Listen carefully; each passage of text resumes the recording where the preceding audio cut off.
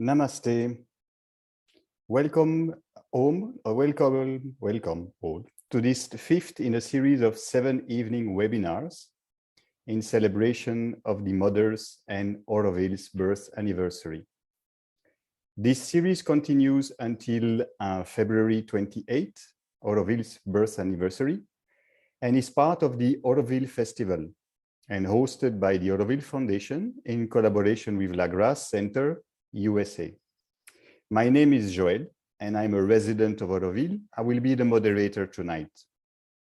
I suggest we come together in a moment of silence, 1 minute or two, before starting our webinar.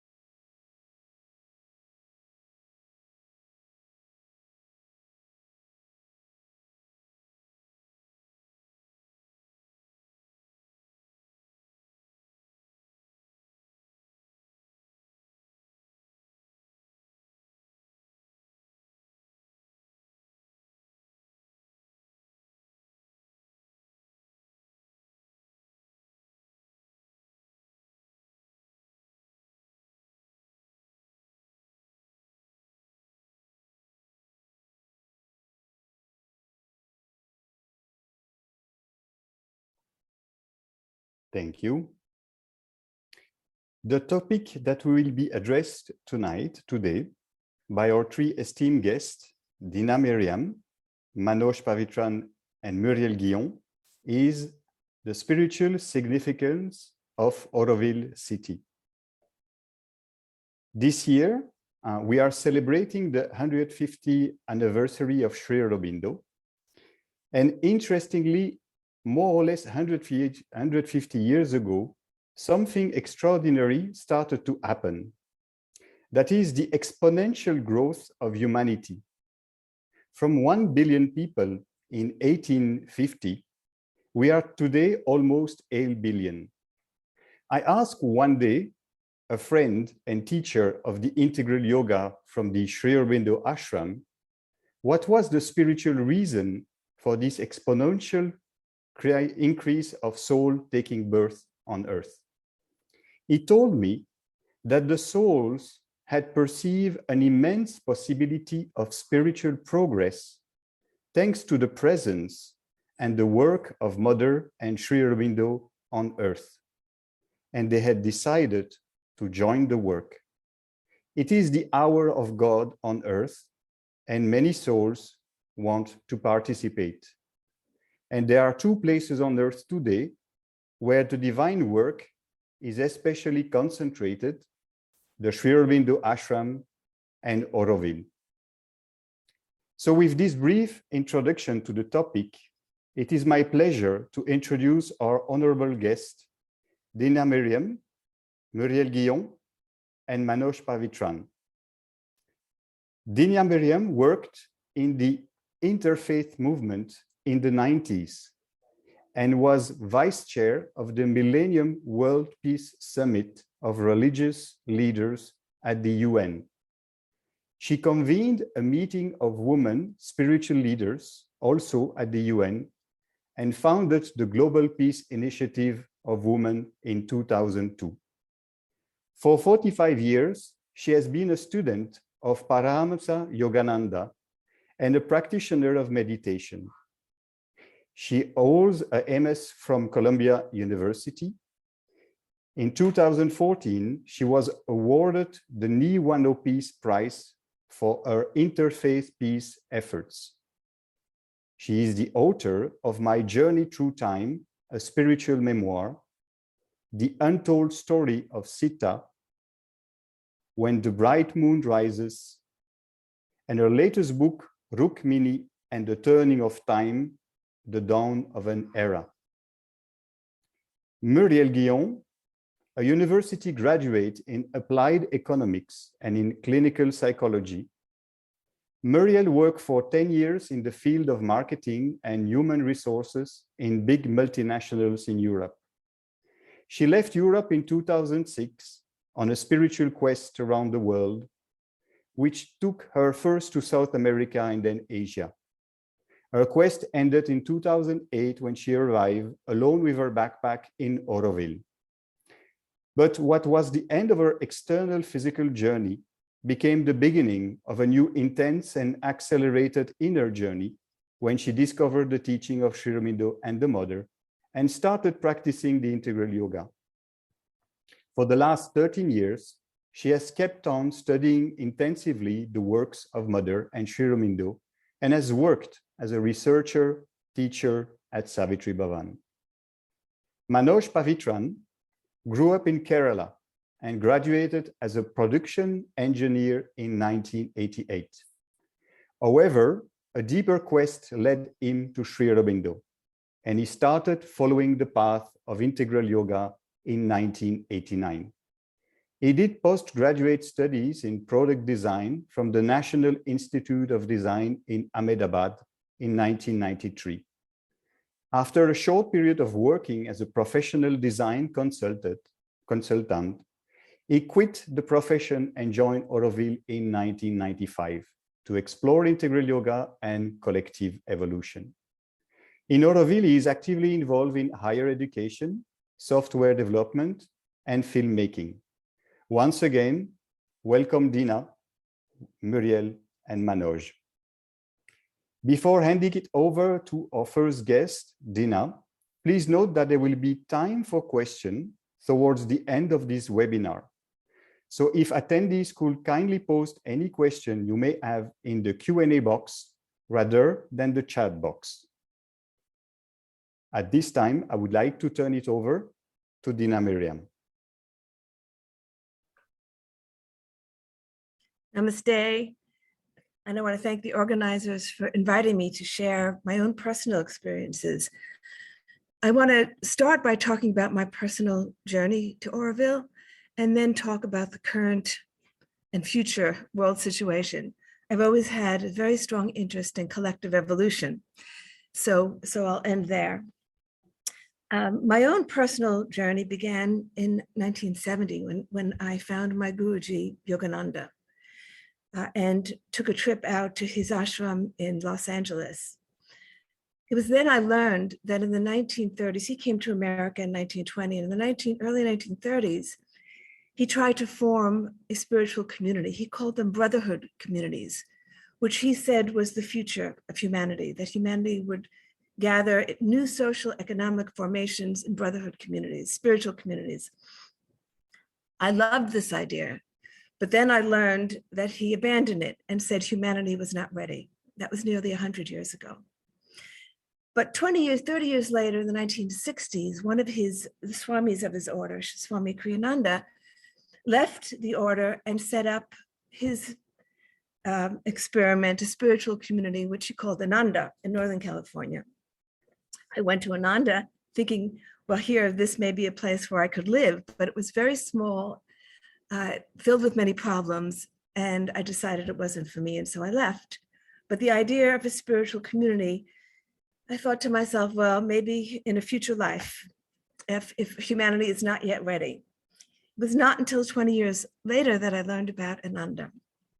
I had gotten involved in interfaith work, not Ananda, in Auroville. 20 years later, in the 1990s, a dear friend of mine was part of the International Advisory Council and started giving me all this information about Auroville. I was intrigued, but I was very busy with interfaith work, working with the UN, and so I didn't have an opportunity until about 10 years later to come to Auroville. Another friend of mine was on the International Advisory Council and insisted that I come see this place. And he wouldn't stop insisting. And so I finally came. And when he took me into the Macha Mandir, I had a most incredible experience. At that time, I don't know if it's still possible, We were able to be there alone, he and I, and to spend over an hour there in meditation. And I remember very distinctly the feeling. I was carried back into a distant past, into a Satya Yuga, and I felt the energy of the Satya Yuga there. At the same time, I was carried into a distant future, and I felt the energy of the Satya Yuga there. There was a purity of the spiritual energy. I was left speechless. And since then, some may consider me an outsider because I've never lived in Auroville, and I don't know as much about it as people who live there, but I have not considered myself an outsider. Sri Aurobindo is my teacher of the Vedas. The mother is, I'm deeply connected to the mother. My guru is Yogananda, and I practice Kriya Yoga meditation. I see no distinction. The great ones on an inner plane work together. And through my work in the interfaith world, that's what I've come to learn, is this deep coming together of the spiritual energies of the different manifestations to realize a new future for humanity. And now we stand at a critical moment. So let's talk about the critical moment in which we stand. We clearly are at an evolutionary point where we will have to take an evolutionary leap or face dire consequences. In my lineage, it's considered that we have moved out of the Kali Yuga and have entered a new age. My guru's guru, Sri Yukteswar, wrote about this. He recalculated the yugas and said that the Kali Yuga passed a few hundred years ago. We're in a transition now, but have entered another age where the consciousness is higher, not terribly high, but there are more people seeking spiritual realization, seeking awakening. And so that is why we see such collapse and such dysfunction, because the structures that were built during a lower consciousness are no longer working. They're no longer satisfying the current needs. So we're seeing a lot of tension between the new and the old, a lot of birthing pangs, and a lot of dysfunction. But as wonderful Buddhist teacher Joanna Macy said, you can put your energy into tearing down what's not working or to building the new. And that's what Auroville is doing, setting the foundation for what is to come. And we all are part of that and have to contribute to that. Now, I don't want to dwell on, but I don't want to ignore the current challenges facing Auroville, because I see these challenges seeping into many spiritual organizations. The polarization and divisions that are taking hold of much of the world is seeping into the spiritual communities. I see it here in the US. And living in the US, I have to confront this on a daily basis. And many of us face a conundrum of how to deal, because we're caught in the waves of emotion that are creating these divisions. And so it is a difficult challenge to face, to be able to overcome. My way of dealing with is to live in the future, is to see beyond this current era of division and polarization, because we will pass through it, and to hold to that unified energy of when we do pass through it, and try to bring that energy into my surroundings. And so it's interesting that I've joined the International Advisory Council just at the time that Auroville is experiencing some of this polarization, because it's a difficult time to be thrust into this mist. But as I said, living in the US on a daily basis, we're confronted with people with opposing views, and it's easy to fall into one side or another. And those of us who are in touch here in the US from spiritual communities are really trying to seek a new ground that is beyond any polarization, where we can just be a channel for the unified vision. So why is Auroville so important at this time? I believe that the mother imprinted in the ether the blueprint for a future way for humanity to live together. And there's no place else like it on earth. There are small sustainable communities, there are small spiritual communities, there are eco villages, but Auroville is something different. It's a different level. And there's an urgency now to try to reach for that level, to grow beyond a small community and to expand its reach, because this will have a ripple impact through the world. The energy is shifting. I think India is coming into a new, will be coming into a new position. We may just be see the beginnings of it now, but the spiritual energy of India will play an important role as we move into a better place, a place of higher consciousness in the world. And looking at things today, it might be hard to see this is just around the corner, but it is just around the corner. You know, to take the long view, whatever the time frame is, whether it's 5 years, 10 years, or 50 years, it's still a blip in the cosmic show. And so for Auroville to work through the current issues and to try to manifest what the mother's vision is of utmost importance right now. And I know that all Aurovillians are aware of this, but as I said, we're humans and we get caught up in the emotions and our egos. You know, I often think about what were the human limitations that made Yogananda abandon his idea for a brotherhood community. It was our egos. It was our inability to transcend our personal desires. But those of us who've been working on ourselves for some time, even if we can't do that, we can see that's where we need to be. We need to come to a place of unity. And the fact that Auroville has brought together people from so many parts of the world, bringing the specific qualities of those places. I didn't understand this at first, but now I see it, that the next level has to be reached through a collective effort of all parts of the world. It can't be just one place or another. It has to be a collective effort. And that's what Auroville is doing. So I'm hoping that we pass through this period more quickly rather than more slowly. But I know that there are many spiritual efforts gathering around what's happening right now in Auroville in terms of its ability to grow its vision and to grow its community and to begin to attract, because it's not just growing the community, it's attracting people of similar intention. For me, what was another thing that was so beautiful about Auroville, it wasn't just a community of devotees. It was a community of people from around the world and different backgrounds who are committed to being servants of the divine.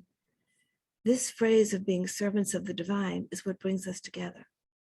That is what, you know, I may worship in one style, I may be a devotee of one of the devatas, but we're all servants of the divine. And that has to be the guiding principle, and that is the guiding principle. And so I think that Auroville's spiritual significance has become more apparent as the world has become more polarized, because this is a place where human unity can be worked through, and it will be worked through. I have no doubt about that, because the mother has implanted that vision in the ethers, and it will manifest. I'll leave it at that. Thank you so much, Dena. This was very inspiring and putting things right where they should be in terms of questioning. Now we'll hand over to Muriel. Muriel, it's your turn.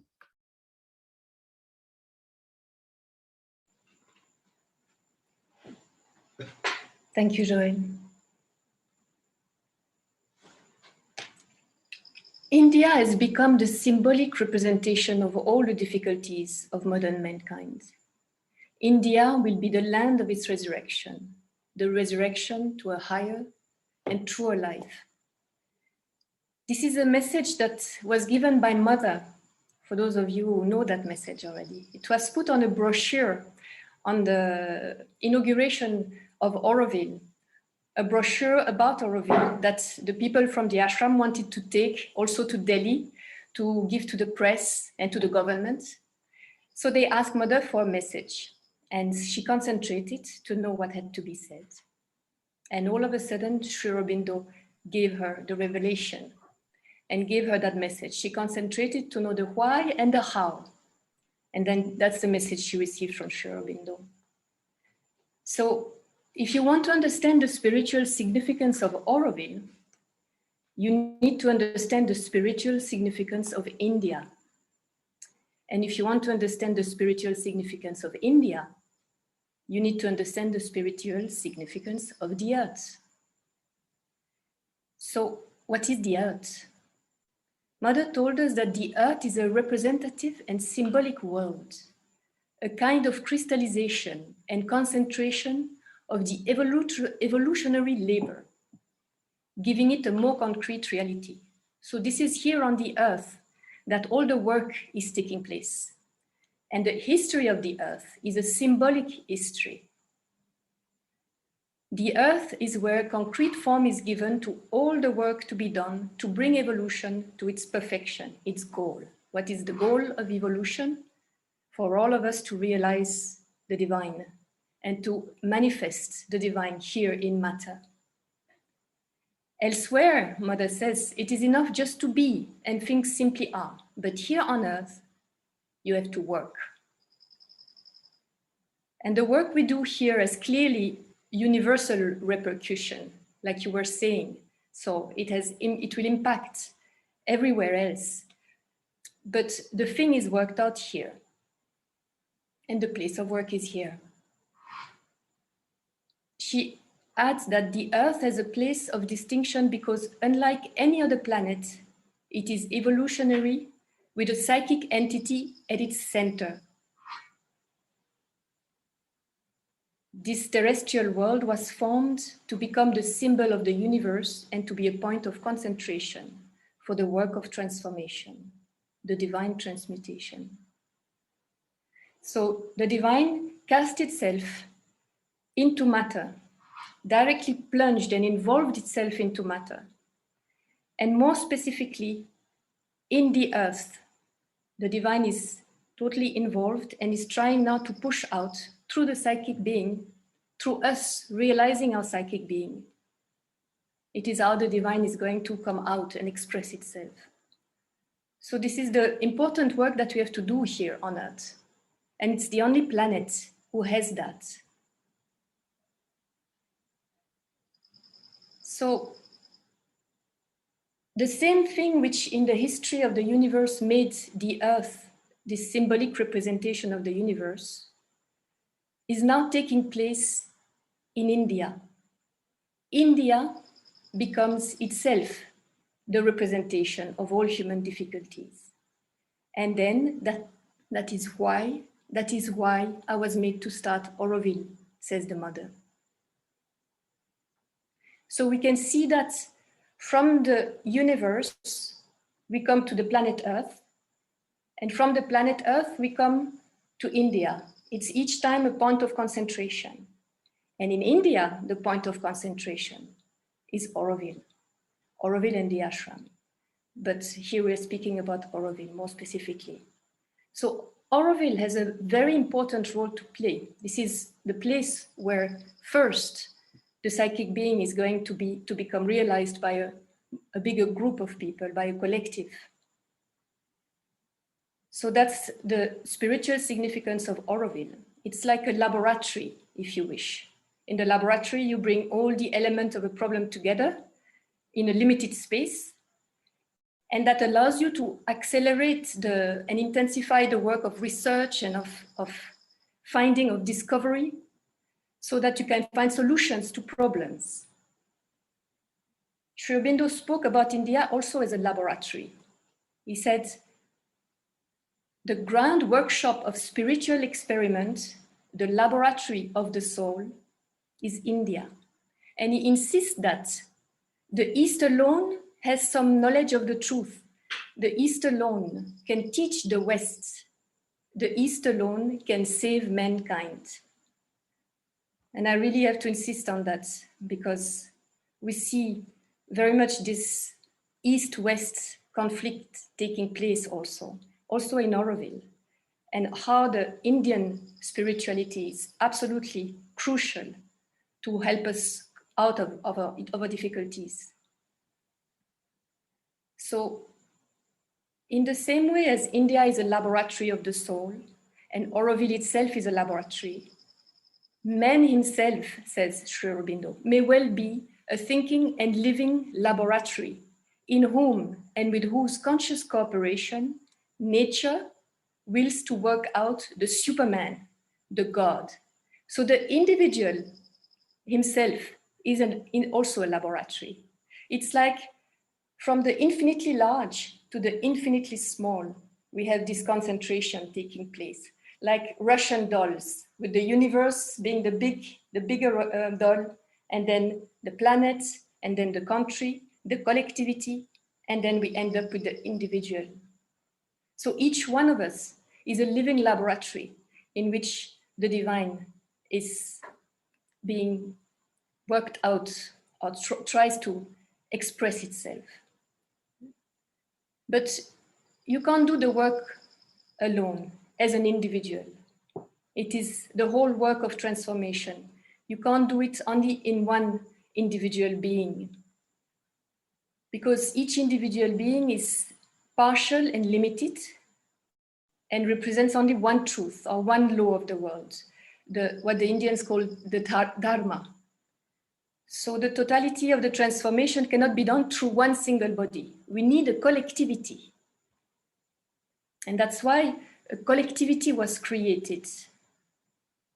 If you want to have a general action on the whole universe, you have at least to have a minimum number of physical beings to do the work. And Mother mentioned that in the past, 12 were enough. But now with the big complexity of the modern world, we need many more. She spoke about, and I believe that's why she spoke about 50,000 now for Auroville, because as a collective, we have to have a certain amount of human beings in order to be representative of the entire humanity.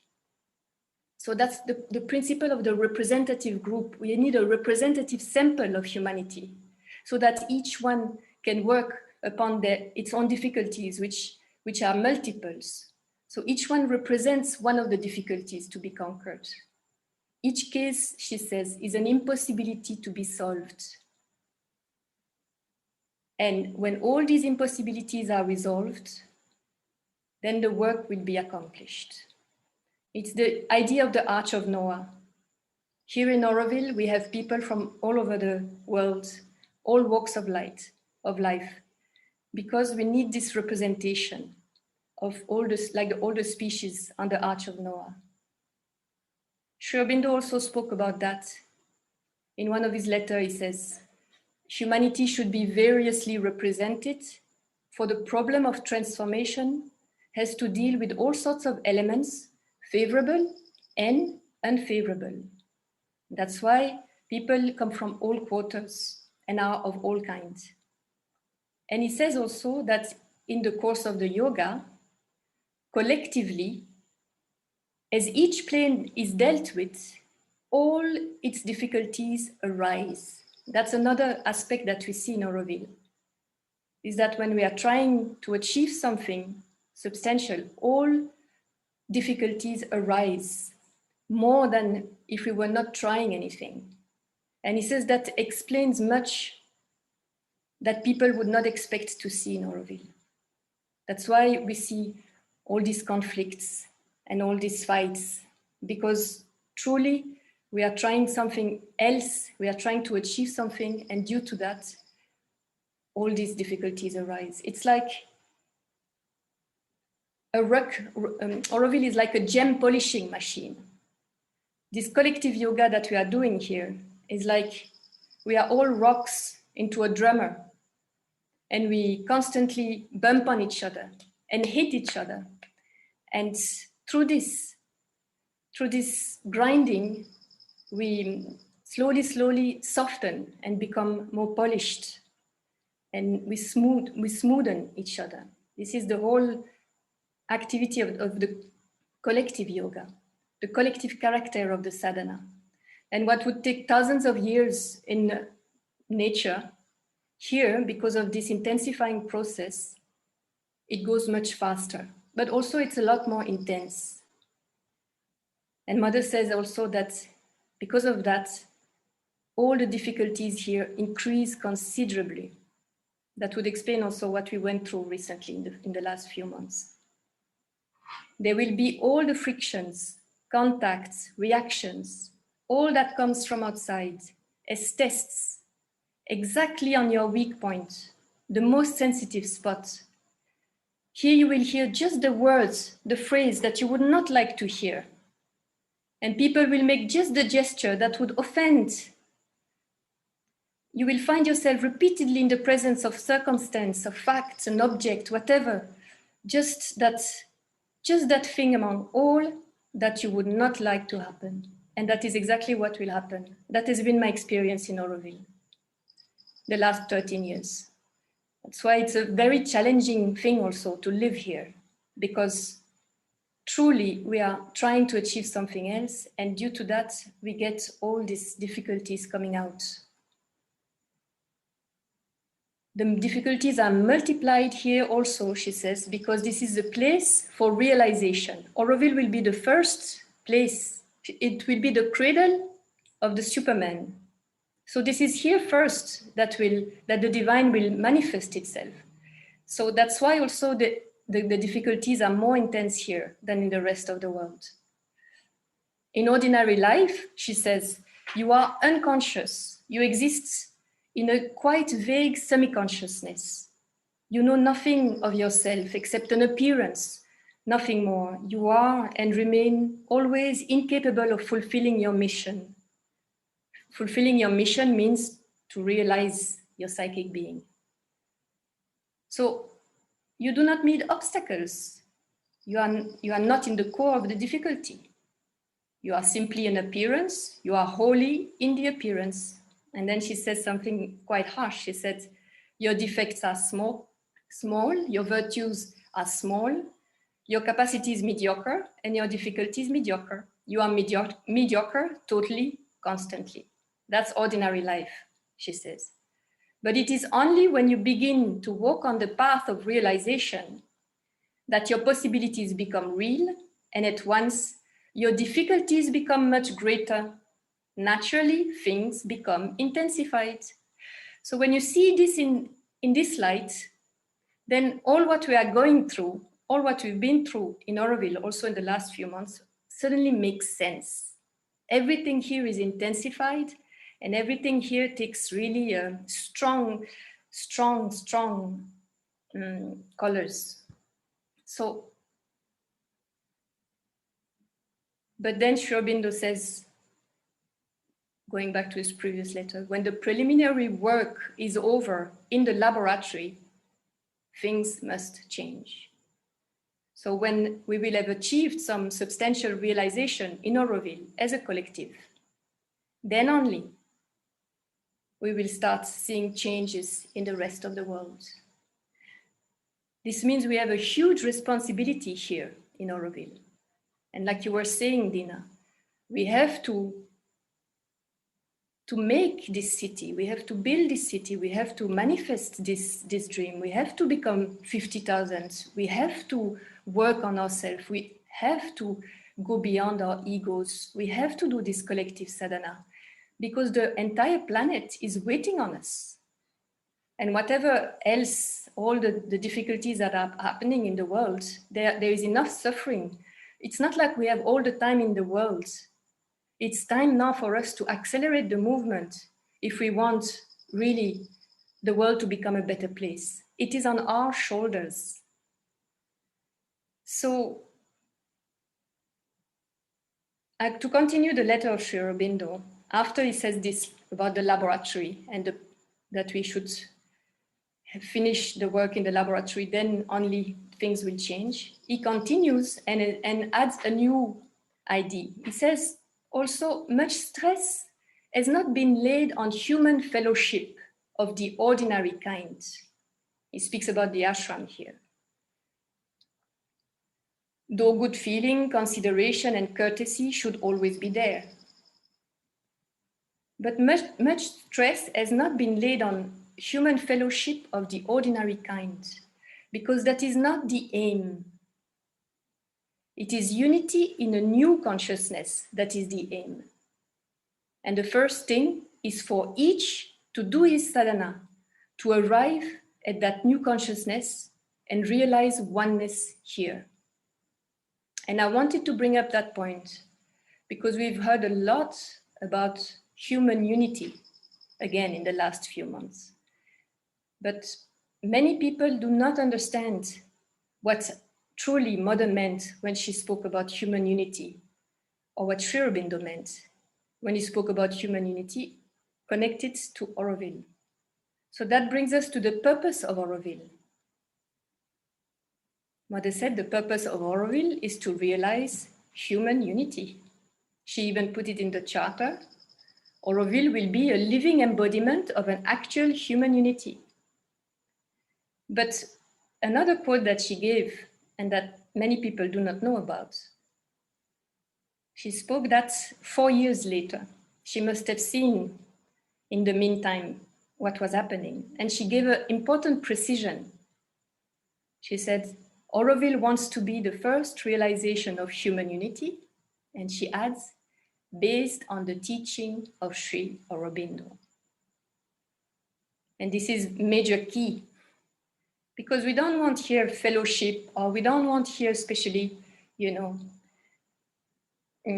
unity like many people understand it, like doing things in groups, or chanting around the fire, or hugging each other.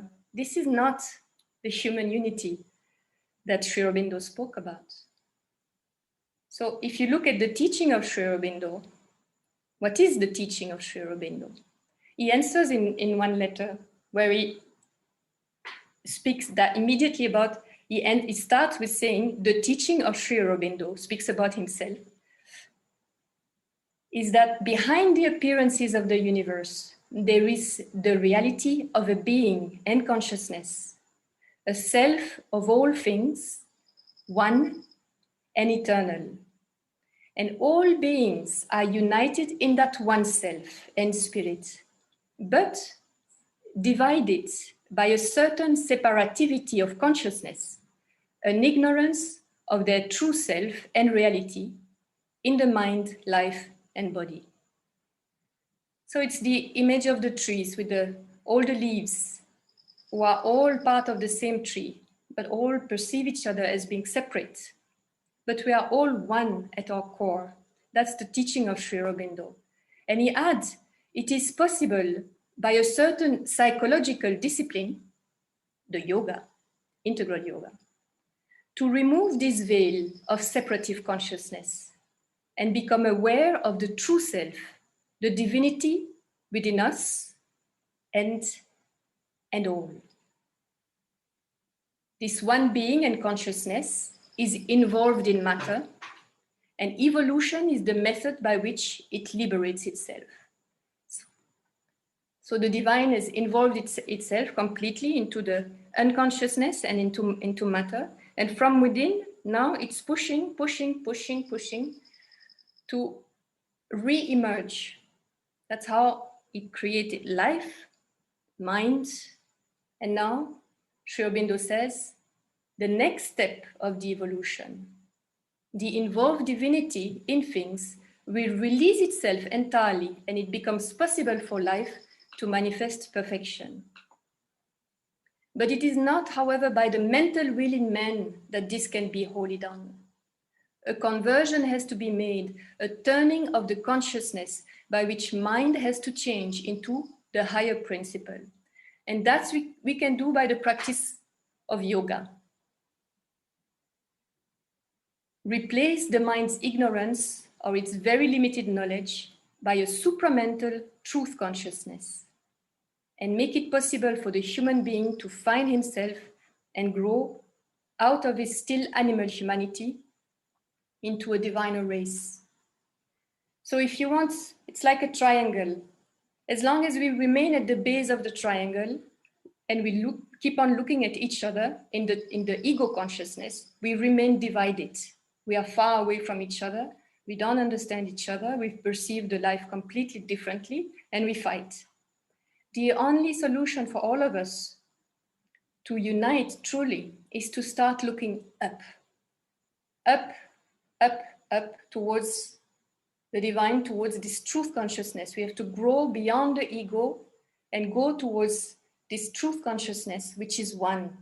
And the more we go high, the more we become one in our perception of reality. And that's how we grow out of all these fights and all these conflicts. In this new consciousness, there would be no ego insistence on personal idea, no push or clamor of personal will and interest. There would be instead the unifying sense of a common truth in many forms, a common self in many consciousnesses and bodies. That's where we need to reach, each one of us, especially in Auroville. And when you will have a huge group of beings who will have achieved that, this will be really heaven on earth, huh? the kingdom of God on earth. Mother says, unity does not come from any exterior disposition, but by becoming conscious of the eternal oneness. And she spoke about some people who wanted to help for Auroville's development. She said, if they do not know about yoga, how can they understand the purpose of Auroville?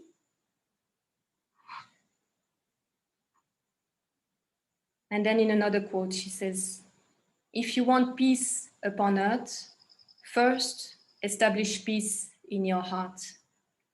And if you want union in the world, first unify the different parts of your own being. And I think that's a message we could give to all the Aurovillians also. If you want peace in Auroville, first establish peace in your heart.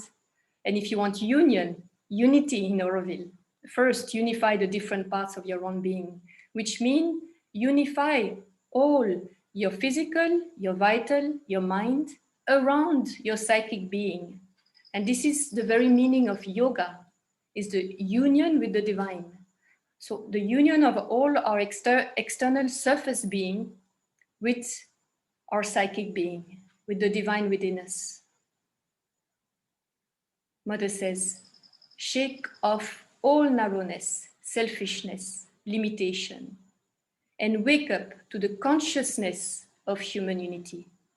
This is the only way to achieve peace and harmony. And I insist on the fact that human unity is a state of consciousness. It is not an external action of, as I said, hugging or whatever. It is really a state of consciousness. And it is a state of consciousness which is beyond ego, where you see yourself in others and you understand others as yourself. And for that, Mother says again, I know it's not easy, because truly to achieve that famous consciousness, to work and to become free from our egos, our desires, and all, it's really not easy. This is the context of Auroville. It is very challenging. As I said, it's about all this polishing that we do on each other, this bumping into each other, hating each other, fighting with each other.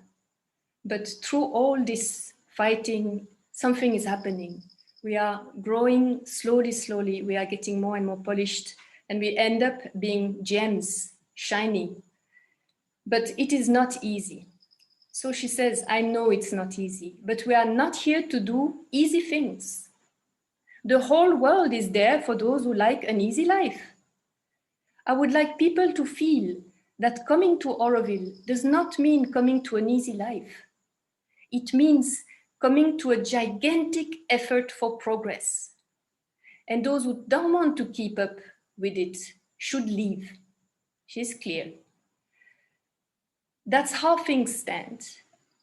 I wish it were so strong, the need for progress, for the divinization of the being so intense that those who are unable or unwilling to adjust to it would live by themselves.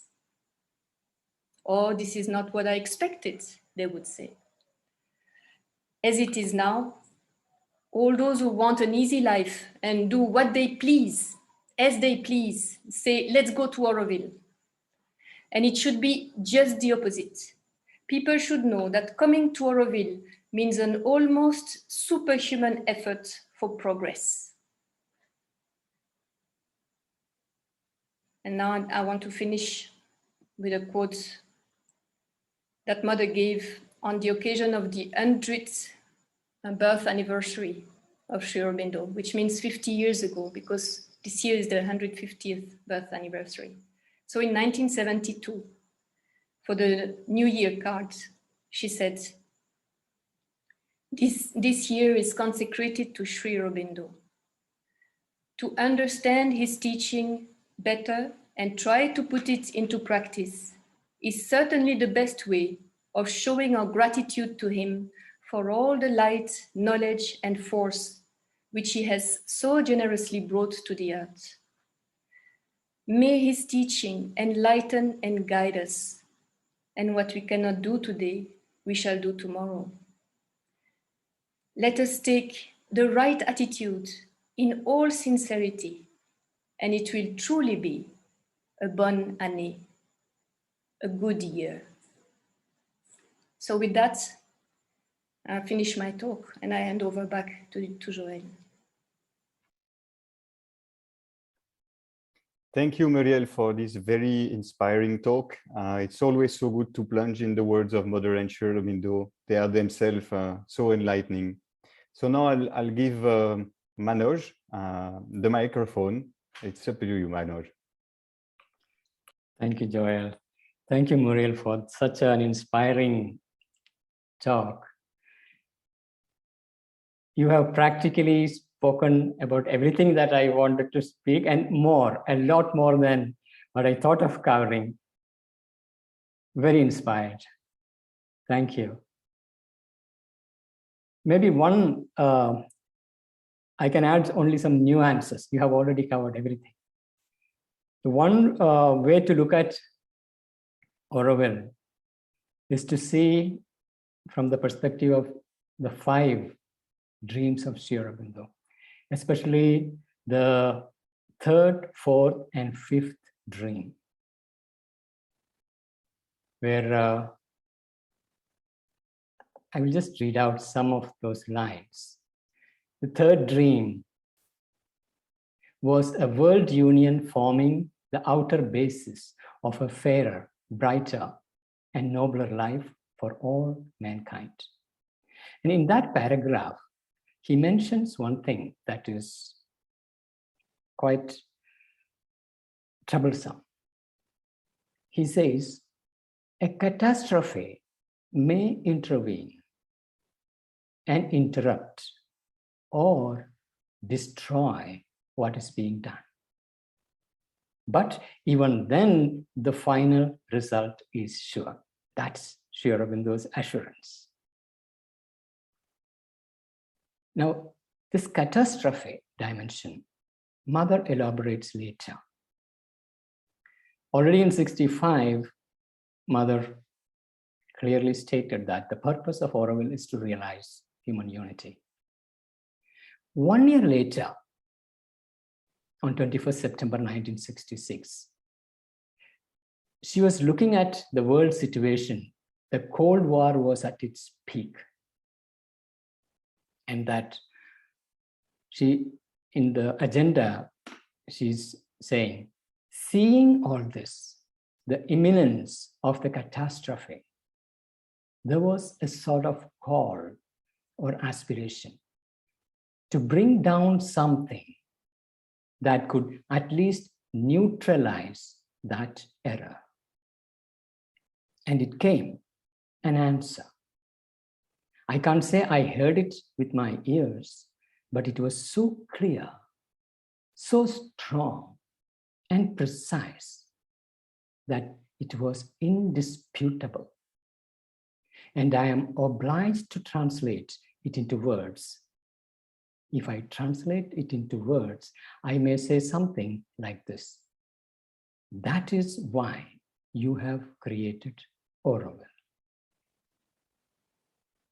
She continues further, and with a clear vision that Auroville was a center of force and creation, with a seed of truth, and that if it could sprout and develop, the very movement of its growth would be a reaction against the catastrophic consequences of the error of armament. So we had that peak moment of Cold War, and this is still in 1966. Auroville is not yet there. So Satprem was asking her, you speak of the imminence of a catastrophe, but still Auroville will take some time to be realized. Still, Auroville will take some time to be realized. Then she says, no. I am speaking of the country's collaboration in creating something. She stresses on that, creating something. It is not when Auroville has been completed. It's the nation's collaboration in creating something, but creating something founded on the truth instead of a rivalry in falsehood's creation. It is not when Auroville is ready. So that very formation itself of Auroville, already in 66, 65 onwards, the preparation was beginning and the formative work was happening. And she's continuing. No, the point is a combined interest in building something founded on the truth. They have had a combined interest, combined without any mutual liking, of course, in creating a power of destruction built on falsehood. Well, Auroville means diverting a little of that force. The quantity is minor, but the quality is superior. She continues. No, it is right now, right now. Remember, it is in 1966. Auroville's foundation was not yet laid. It is right now, right now. The force of propagation is far greater. It's out of proportion to the transmitting center, mother, which on the world scale is, so to say, unknown and almost non-existent. But the center, the power of radiation and propagation is out of proportion. Now we can see that it's not that when Auroville is completed, it's already that contagion in the world, the transmission that is happening in the world as a result of nations coming together to collaborate, to create something. That was the momentous shift. That is what turned the current. And Auroville emerged. Nations came together.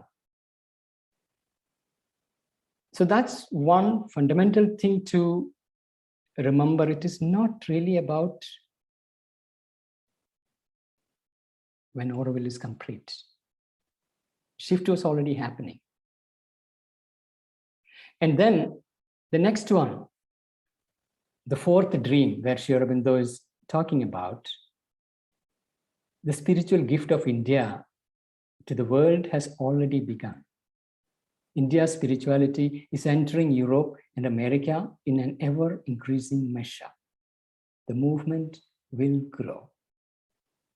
And then we see in 1968, this is what Muriel has already shared with you, but I would like to read that once again, that quote, because this is very, very important. And also to understand the current conflict that's going on in Auroville. I concentrated to know the why, the how, and so on, It is about India's situation, why India was in such a difficult situation.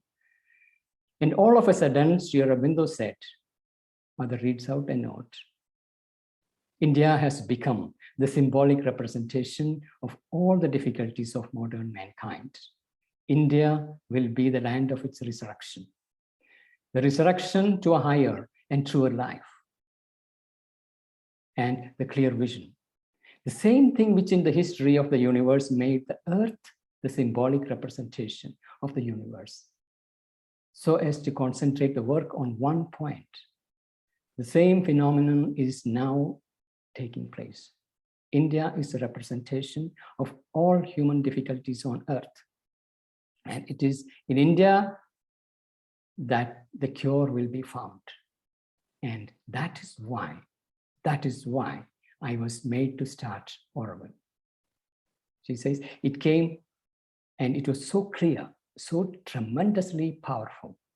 So we can see that the destiny of India, the work of India, the spiritual gift of India, and the creation of Auroville, they go together.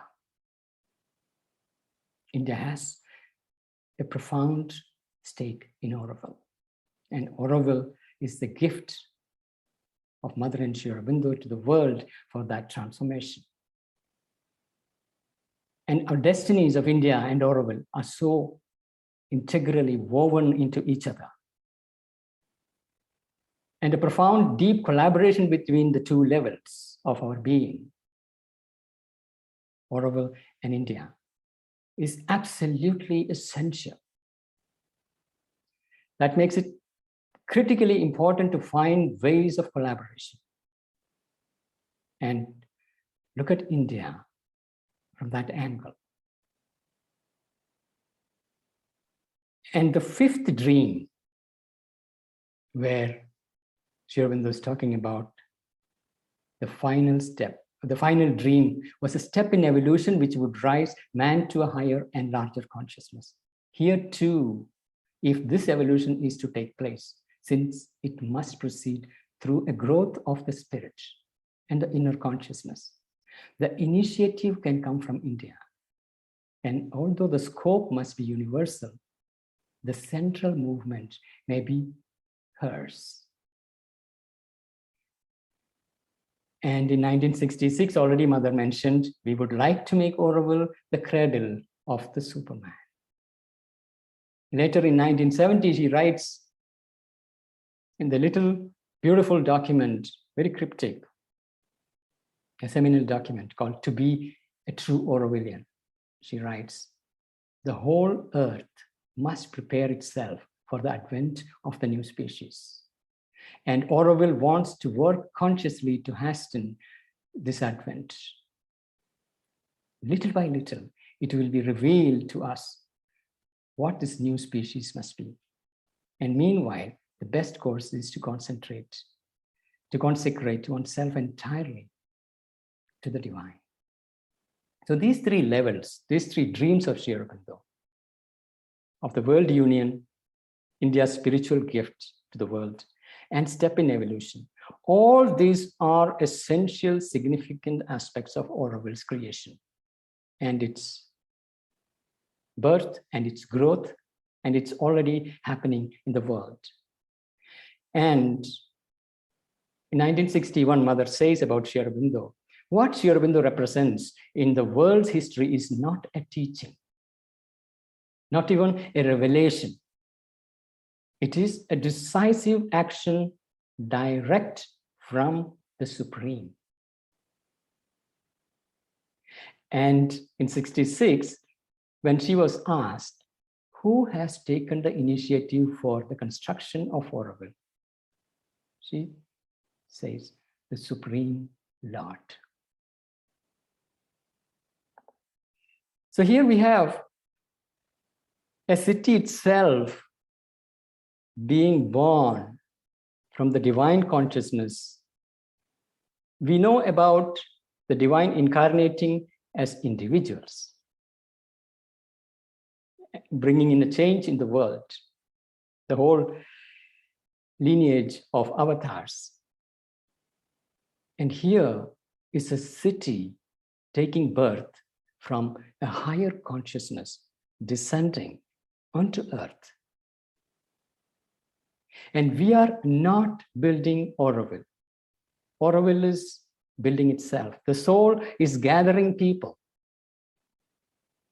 building its body, building its vitality, building its mind. One of the fundamental confusion we have is we are building Auroville. It is other way around. And to build us so that Auroville can express itself through the instruments it has gathered from all over the world, representatives of all the difficulties of the world gathered here. And we have this design of the city itself is a complete encoding of the transformational process. We have the green belt, the outer ring. We can say that is the Annamaya Kosha, the physical aspect. Then from the green belt to the crown, we have the most dynamic part of the city, which is the vital body of Auroville. From the crown to the peace area, we have the mind, where it became increasingly silent, car-free zone with increasingly slow mobility. And then we come to the peace area, where there is the Hiranyagarbha of new creation, Matrimandir, with that descending light of transformation radiating through 4 pillars in cardinal directions, representing wisdom, strength, harmony, and perfection, and the 12 qualities. This is really the DNA of transformation. As we develop this psychological perfection of developing all these qualities, the radiant power of the mother begins to radiate through us. The force of the Divine Mother begins to act through the instruments that are prepared. And that force is moving like a vortex. The whole the galaxy design represents that movement. Muriel beautifully explained how the diamonds are polished. And here is that polishing transformational city. The entire design is conceived as a whole. It is not conceived in parts, and it is not something that grows organically. Details, yes, they will come in organic way, but the entire conception, it comes from that higher source, the direct action of the Supreme, and conceived as a whole. And it is building itself, gathering people, gathering land, and this building process is happening. And this grinding is happening.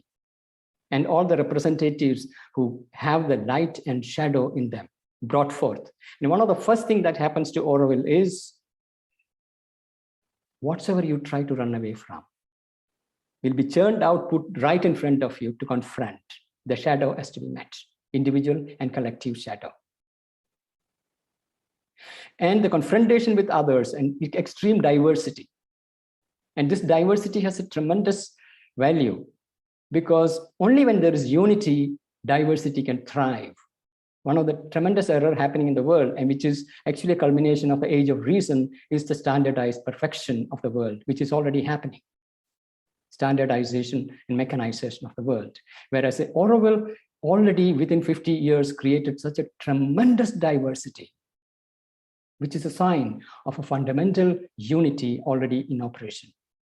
And when you come to the Auroville's physical space, what you notice immediately is beauty and a profound peace.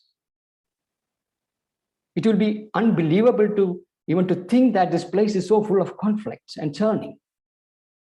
But the manifestation, it's of tremendous beauty, of great peace. And if we look at Auroville's journey in the last 50 years, when Auroville's charter was read out, Auroville belongs to nobody in particular, but to humanity as a whole. And the whole notion of no private property, that is pretty new. But look at today's world. The entire open source movement belongs to nobody in particular, belongs to humanity as a whole. Collective ownership is now a global movement. A moneyless economy is emerging across the planet. This is contagion. The seed is sprouting and spreading across the planet. Similarly, the green work in the 70s and 80s, world was not yet there to, as it is today, about the ecological crisis. But Auroville was already working on it in the 70s and 80s. Now it is a global movement. When Auroville was making windmills in the 70s and 80s, it was not so vogue in the world. In today, everywhere, windmills are a big thing. The renewable energy, all that are happening. Appropriate technologies, everything is spreading. Now, the struggles that Auroville is going through will make sense in the future. And the engine of transformation is already operational. Auroville is already there. It's just that we cannot see. It is subtle. And we can say, in a modern language, Matrimandir is the central laboratory of transformation, central laboratory of consciousness, where there is this vertical axis of that supramental light that is acting. And when we submit to the force, and as Mother said, leap before you think. The more mind is silent, the more we are able to open, and the more we prepare the body. And interestingly, one of the areas where Auroville has specialized and developing excellent methods is awareness through the body. Preparing the body, this is a place of karma yoga. And how, when the mind is silent,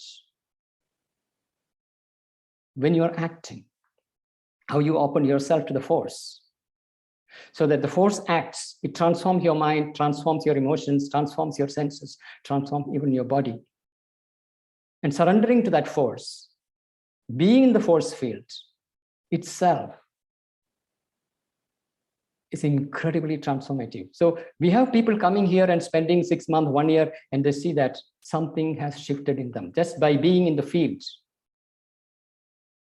And it is not when the buildings are come, everything is built or will become active, but there is this action already happening, or already is operational. It is happening. The current challenges are some of the acute points where transition is happening. Auroville is being pushed to a new level of possibility.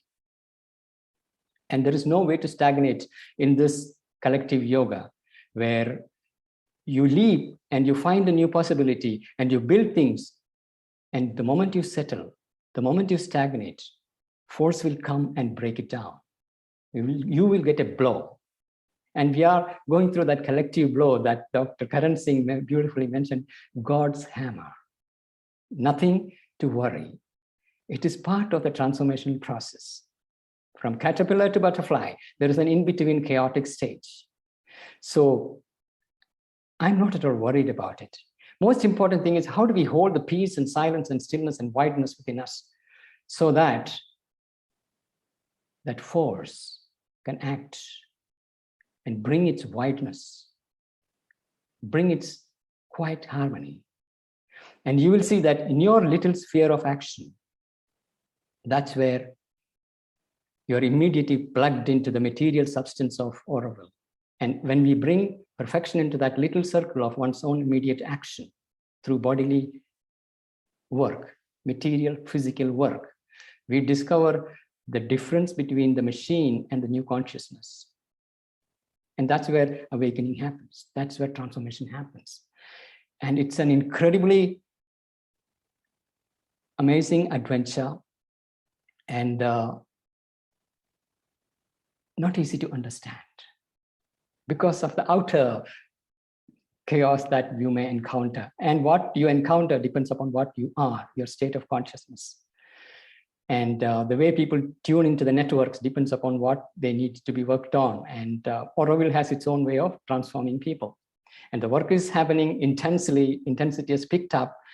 And it's amazing. Thank you.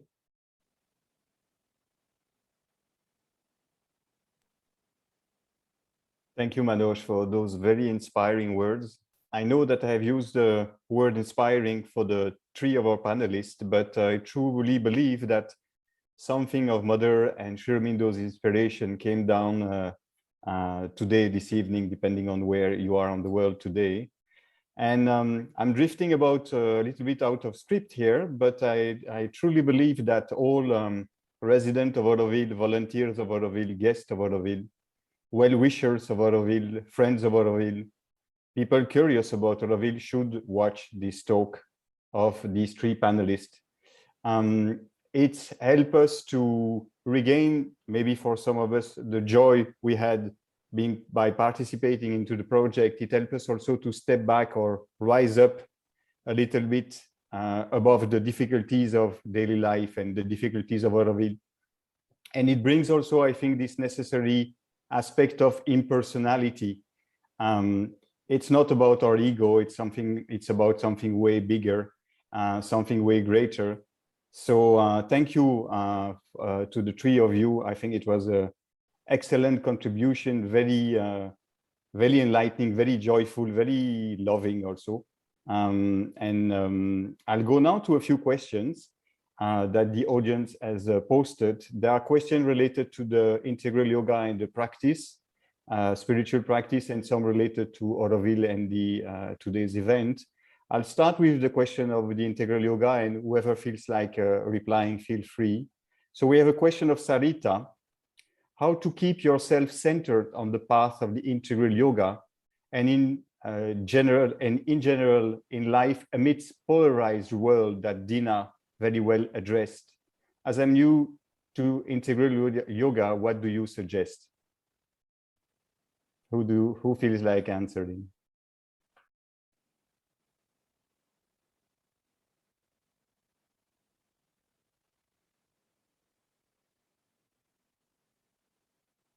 Manoj, do you feel like trying?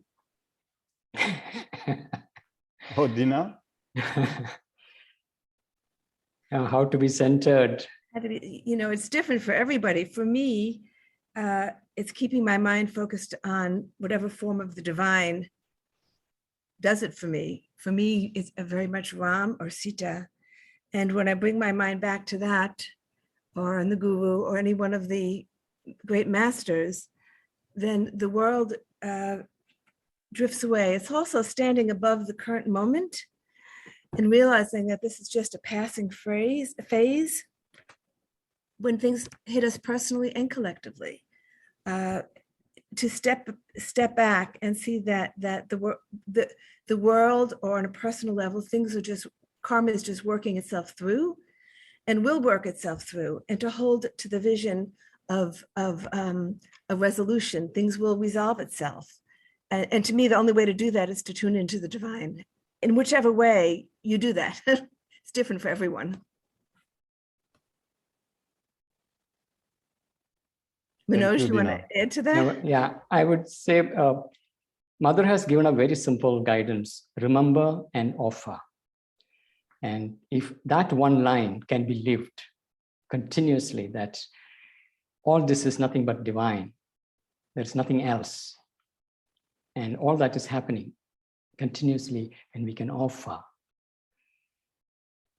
life changes. We are put on path every moment.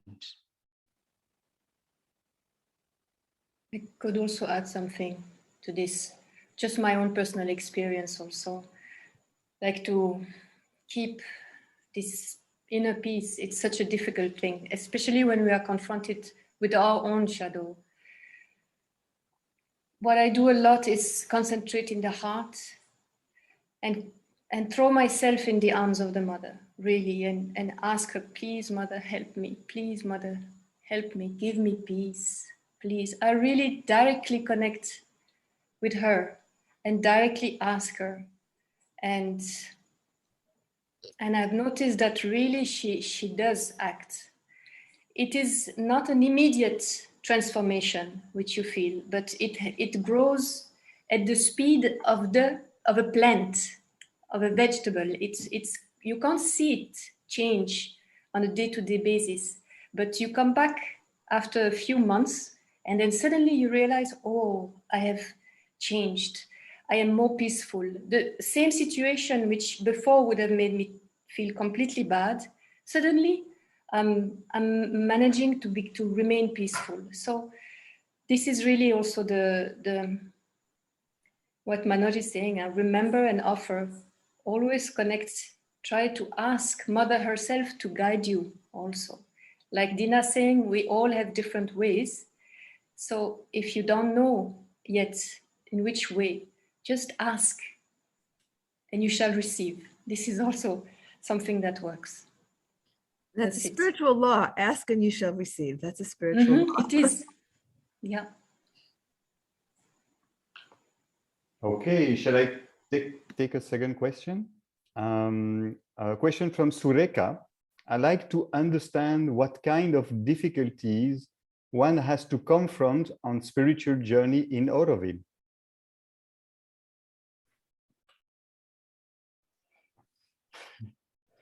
Who wants to answer Every that? every possible difficulty is there. But I would say, instead of focusing on the difficulties, when we focus on the divine grace and light, even what appears to be difficulties will turn out to be something radically different. Now, when I came to Auroville, I got a place to stay. It was in a forest, and it was a little hut. There was no water, no electricity, no toilet, no bathroom, and it was called bliss. And you may call it difficulty, or you may see it as a divine grace. Here is a forest and little hut, and you can be there and connect directly with the divine. Now, within a month, all my stuff, whatever little thing I had, was stolen. Now, that's second difficulty that showed up. Then you say, okay, you have emptied me of all my past. Now here I am, free. And someone gifted me clothes and things. So life went on. So 10 years down the line, my house got burned down. So these are not things you're looking for, but stuff come your way and throw you out of the orbit. And yet we look at it as action of the divine and surrender to it. And then it reveals new doors opening, tremendous possibilities, which otherwise we will not enter into. We will not get courage to explore. So divine gives you that push. And if one is not aware of the process, you might find it as difficulty, but it is not. It is a part of the process. And all the shadow will show up. It's not difficulty. It is part of the process.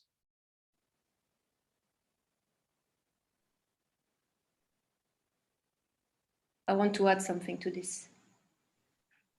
Indeed, the shadow is coming up in Auroville. And if I had not had the knowledge that it was part of the process, as you say, I would have run away really badly, very fast, very fast. And I know people who run away from Auroville because suddenly all these difficulties show up. And there are difficulties connected to your own being, your own potentialities. Actually, Mother explains that whatever you need to express as a divine quality, you will have the opposite within you. And the more you are supposed to express light and a big light, the more you will have a deep darkness within you. And that actually, when this darkness shows up and you have to conquer it, Mother says it's a grace. It's a grace because we become conscious of this darkness, we conquer it, and then we get to express the opposite of it. This is also connected to this idea of poison, this churning of the world by, I think, Shiva. You can tell more, maybe, Manoj, about that. With the poison that comes out. Churning of the ocean. Yes, and you have all this poison that comes out of your being. I never even knew I had so much poison within myself. That's the way Mother says. I was, in my previous life, ordinary life, I was mediocre. I had small difficulties and I had small virtues. When I came to Auroville and started to try to be something else and to go beyond the ego, oh my God, how much resistance I found in myself and how much how can I say, how much ugly things I found in myself, which I never knew were there. So I had to go through this. All these ugly things came out because of the circumstances in which I was. And then I had to offer them and slowly conquer them and grow beyond them. So that's the answer to this.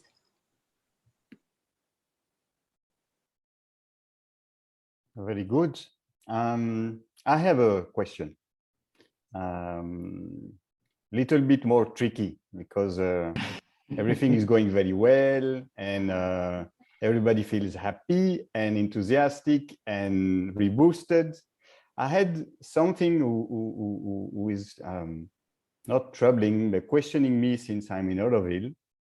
There is two necessities. One, for me at least, considered to do our spiritual practice or sadhana, and at the same time to build a city with all the aspects of the human life reinvented, recreated through an inspiration will come from a higher plane. And I sometimes feel like those two efforts require a lot of time and a lot of energy. And I was wondering if the task at hand was not too big for human beings to be able to do both at the same time. So maybe you could try to reflect a bit and see how we can harmonize those two demands from the divine, which is to transform ourselves, but at the same time to build from scratch a new city and a new society. I would connect this with what Muriel was referring to as the churning of the ocean.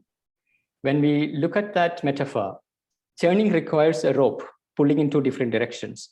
And we have 3 sets of ropes pulling in 3 sets of directions. One set is material and spiritual, and that one pulls you towards spiritual, other pulls you towards material.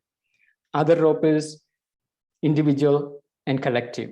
There is a individual development which is against the collective, and these two to be harmonized. Then there is inner development and outer development. So these are like 3 different pulls, and we are right at the center. All are necessary part of the design of the churning, and we have to balance all the 6 pulls. We cannot eliminate any of them, and we are under pressure with that, and each one of us come under pressure in that, and we will encounter it in our individual life, individual workspace. And only way what I found working is the more I'm in touch with my inmost depth, and the more I am able to embody the peace, the silence, the quietness, the stillness, the more the force enters and work happens. And it doesn't matter the scale of the work. It is that little physical space where you are living something that is a conscious force. It is really transforming things in its own way, and you have no clue what it is doing. But we can consciously submit ourselves to that process. Trying to mentally understand, I found it absolutely hopeless. But at a force level, it is very clear. Okay, this is the type of force entering, and this I should not open, and this is the force I should open. And the body becomes that churning, the Meru Danda, the little Meru mountain, and that little hill.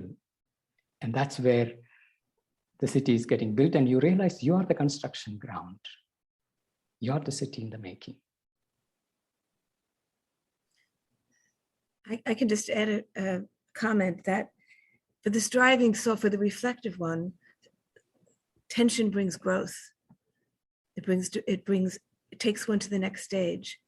It can also lead to anger, which we see erupting. But to me, if there's anger, that's just an indication to go deeper and to work through the anger that one's been holding that's already been there. In other words, if there's no anger in you, anger is not going to come out. So one of the key issues in my mind to deal with is to look where that anger is coming from. And I think that's one of the goals, one of the roles of tension and polarization and struggle, is to force those shadows out so that you could deal with them. So they have to be dealt with. If they're just being held in, that's not helpful. That's not helping the growth. I also want to say that it's really been an honor to be with you, Muriel and Manoj, because you've said such important things, really important things. Muriel, when you talked about human unity, people don't understand human unity. They think it's being in a room together and being able to talk to each other. It's about consciousness. And that's what made me leave the interfaith movement, is because it was just about words and about being able to sit in the room and let everybody have their ego moment of speaking from their position, and not about consciousness. And Manoj, you said such important things about how Auroville has been doing the work, seeding what's now spreading around the world. And we are seeing the transformation in terms of money and new ideas coming in about ownership. Things are changing. And when people that I work with focus on the negatives, I say, my God, step back and look at all the changes that are taking place. We are in a moment of change. And the work that Auroville's been doing quietly, not pronounced to the world, has made a huge impact already. So I just can imagine what's going to come once we get through this immediate crisis and really the growth begins to happen and souls are drawn there for the next stage, because another stage is coming. But this early stage has already brought such results. It's inspiring, and I'm so grateful for the opportunity to listen to you and to be here with you. Pranam. And thank you, Joel and Vladimir and everyone. Thank you, Dena. Shall we take one last question, maybe? The question from Parvinder: how can this concept of Auroville be taken to other parts of the world? What can we do at our own place and yet imbibe the spirit of Auroville?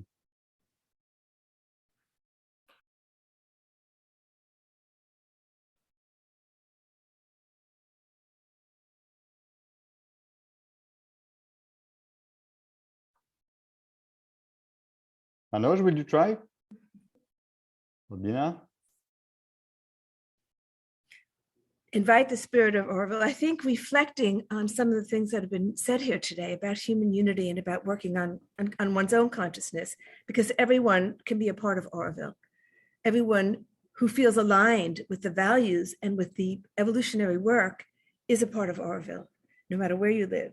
And so doing that work individually in your own life, and staying tuned to the energy of Auroville, tuning in with that energy and what's going on. Since I joined the International Advisory Council, I felt the presence of the mother incredibly. There was such a surge of her energy. And as I sit and listen to all the conflicts, and I've sit and listened to a lot of arguing, the energy of the mother is so present. Like you said, Muriel, the energy of the mother is so present right now. It's tuning into that no matter where you are. And then you're part of it. You're part of what's taking place. I want to add something. So for me, really, I am in Auroville because of the mother and because of Sri Aurobindo. And I remained in Auroville because of the mother and because of Sri Aurobindo. So for the people who are not in Auroville and who want to bring a little bit of Auroville elsewhere, I would always recommend try to read the books of Mother and Sri Aurobindo, try to connect with their mind, with their soul. This is, for me, the real Auroville. It is this spirit, with whatever they've taught us, this consciousness of human unity.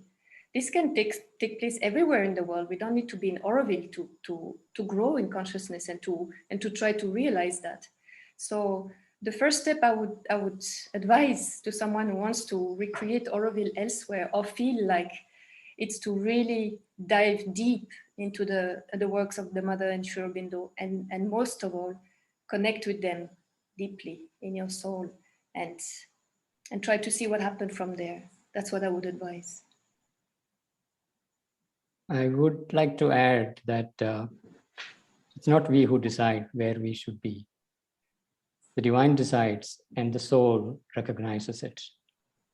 So wherever be the location and assigned work, that's where we are meant to be. And to know it best is to look deep into oneself and listen to that inmost guide. That will show where you should be. And if we can eliminate all the mental conceptions, then ground is much clearer, and remove all the fears, laziness, everything, and follow the call. And you will be in the right place at the right time. Location doesn't matter anymore. It's one earth, one consciousness that is churning.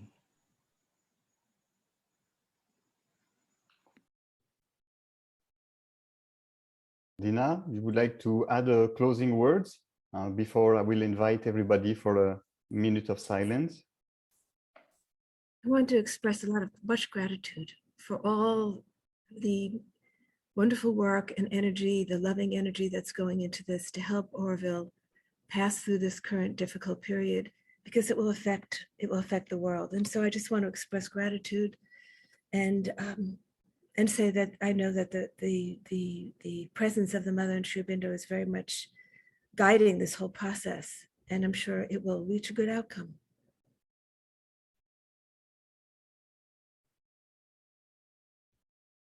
Thank you, Dena. Thank you, Muriel. Thank you, Manoj. I would like to thank also all the audience who has followed our talks today. Also to tell that there were many questions that were also in the Q&A box, and unfortunately we have not been able to answer them. So I'm sorry about that. Maybe we could do a second session with the same panelists. To close this evening, I would like to invite everybody for a minute of silence, but this one maybe we could try to perceive Mother's presence, Sri Aurobindo's presence within our heart, or above our head, or the way you want to feel it, but let's just try to connect to our presence, to their love, and we'll stop with that. Thank you. Namaste.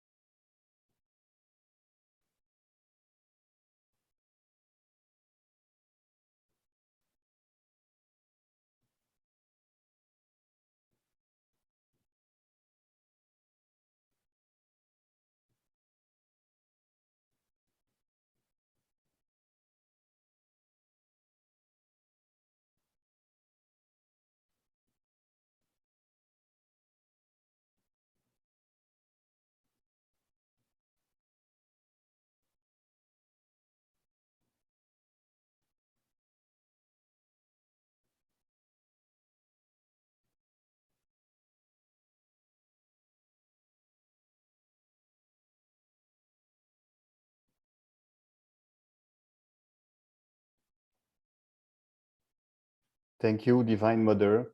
Thank you, Sri Aurobindo. Thank you, Dena. Thank you, Muriel. Thank you, Manoj. Thank you, our audience. And I will just close our webinar this evening with a reminder that tomorrow evening, the topic of the webinar will be the 5 dreams of Sri Aurobindo. Manoj has touched upon it. And our honorable guest will be Dr. Karan Singh, Dr. Jayanti Ravi, and Pashi Kapoor. Goodbye, everybody.